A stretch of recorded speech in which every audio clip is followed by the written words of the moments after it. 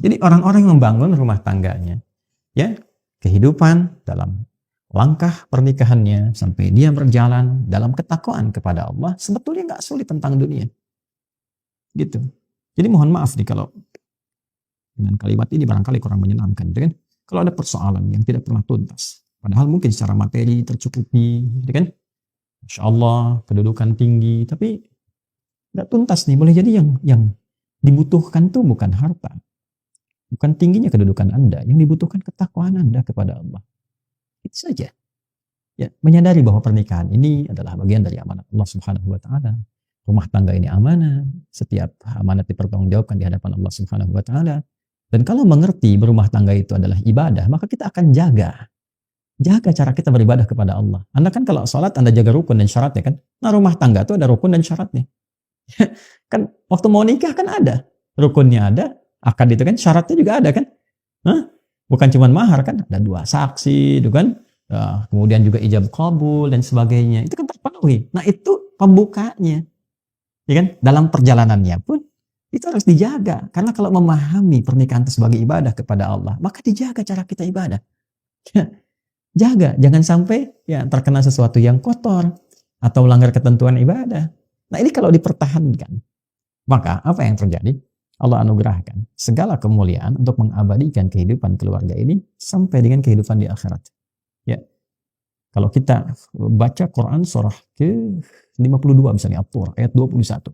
Allah tegaskan di situ, walladzina amanu wattaba'athum dzurriyyatuhum biimanin alhaqna bihim dzurriyyatahum wama alatnahum min 'amalihim min syai' kullu imrin bima kasaba rahin.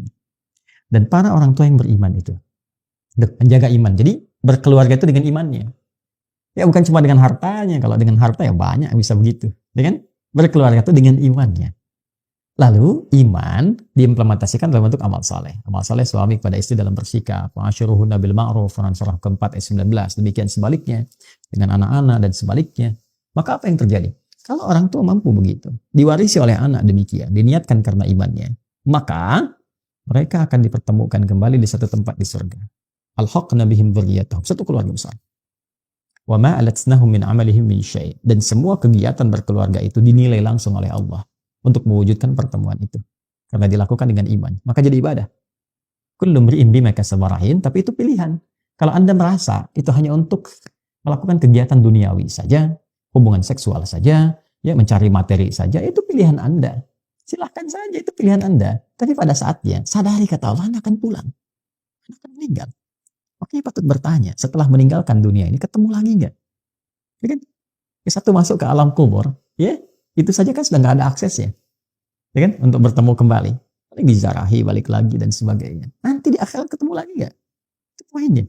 Nah, berbahagianya kita, Allah itu Tuhan kita yang Maha Esa. Lengkap menyampaikan dalam Quran. Tidak ada satupun kitab suci di muka bumi ini yang menyampaikan runtutan kehidupan kita secara detil dan lengkap. Dan itu diminta bahkan oleh Allah langsung. Silahkan riset, silahkan pelajari dari kedalamannya, kebahasaannya, ya dari logikanya, dari runtutannya, silahkan. Dan tidak ada satupun yang sempurna Al-Quran, karena ini firman Allah.